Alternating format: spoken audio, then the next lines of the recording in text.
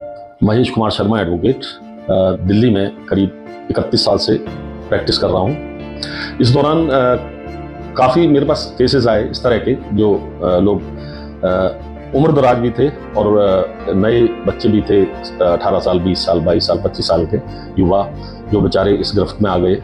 उसमें कुछ लोग आए जिनका मुझे याद है कि एक बच्चा जो है उसके माँ बाप मेरे पास आए और वो जो बच्चा है वो चोरी करने लगा था, घर से पैसे उठाने लगा, तो एक झूठे मुकदमे में बंद भी हो गया वो कि भाई इसने कोई एक क्राइम किया है। उसके माँ बाप मेरे पास आए तो मैंने उसकी बेल कराई। बेल कराने के बाद जब वो आया तो मैंने उसकी बात सुनी कि एक्चुअली क्या क्या वजह है उसकी, क्या भाई सामाजिक तौर पे वो पीड़ित है, घर से पीड़ित है, या खुद से उसका कोई डिप्रेशन में है, किसी तरह की किसी क्या प्रॉब्लम है उसकी। उसने अपनी समस्याएं बताई, पर हो सकता है कि वो कभी कभी छुपाने भी लगते हैं बच्चे इस तरह के जो नशे की उसमें आते हैं। तो मैंने उसको काफ़ी समझाया, मैंने उसकी बैकग्राउंड के बारे में पूछा तो पता चला कि जो जिस लोकेलिटी में वो रहता है वहाँ पर कुछ लोग जो है ये नशे का व्यापार करते हैं।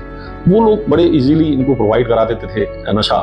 शुरू में कई बार उसने बताया मुझे कि उसे मुफ्त भी नशा दिया गया और जब आदत हो गई तो फिर उससे पैसे की मांग होने लगी। तो इस वजह से वो बुरी संगतों में पड़ गया और गलत काम करने लग गया। फिर मुझे लगा कि मैं इन लोगों से किस तरीके से ज़्यादा मिल सकता हूँ या इनके संपर्क में कैसे आ सकता हूँ, इनकी सहायता में किस तरीके से कर सकता हूँ। फिर पता चला सुंदर नागर जी हैं, तो मैं उनको वैसे पहले से जानता था कि वो एक फाउंडेशन चलाते हैं, नशा मुक्ति केंद्र चलाते हैं। तो मैंने उससे संपर्क साधा। मैंने कहा भाई मैं देखो केसेस में काफ़ी मदद करता हूँ इस तरह के लोगों की जो पीड़ित होते हैं, नशे में चोरी चकारी की आदतें पड़ जाती हैं या क्राइम में घुस जाते हैं। तो मैं चाहता हूँ कि अगर आपके पास कुछ लोग ऐसे आते हैं कि जिनको मेरी ज़रूरत है या मैं उनकी किसी भी तरीके से कोई भी हेल्प कर सकता हूँ, कानूनी तौर पे कोई हेल्प उनको चाहिए कि भाई कहीं किसी झूठे मुकदमे में फंस गए या नशे की वजह से किसी इस तरह की चीज़ों में आ गए, कानूनी पचड़े में फंस गए हैं, तो मैं उसकी हेल्प के लिए तैयार हूँ। सुंदर नागर जी ने मुझे फिर अपना जो सेंटर है नोएडा में है वहाँ पर विजिट कराई, दिखाया, तो मुझे बड़ा अच्छा लगा।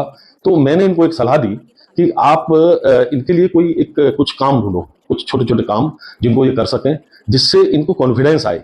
बाहर जाके अगर हम लोग कोई कुछ बनाना सिखा दें इनको, कुकिंग सिखा दें इनको, या कुछ इस तरह की जो प्रोडक्टिव चीज़ें हैं अगर हम सिखा देते हैं इनको, कुछ कारीगरी सिखा देते हैं लकड़ी की या किसी भी तरीके की, तो ये लोग अपना जीवन बाहर जा करके, क्योंकि ये समाज से कट चुके हैं, तो ये अपना अच्छा जीवन जी सकते हैं। और सुंदर नागर जी ने बड़ा अच्छा रिस्पॉन्स दिया इस बारे में और उस पर काम भी शुरू कर दिया।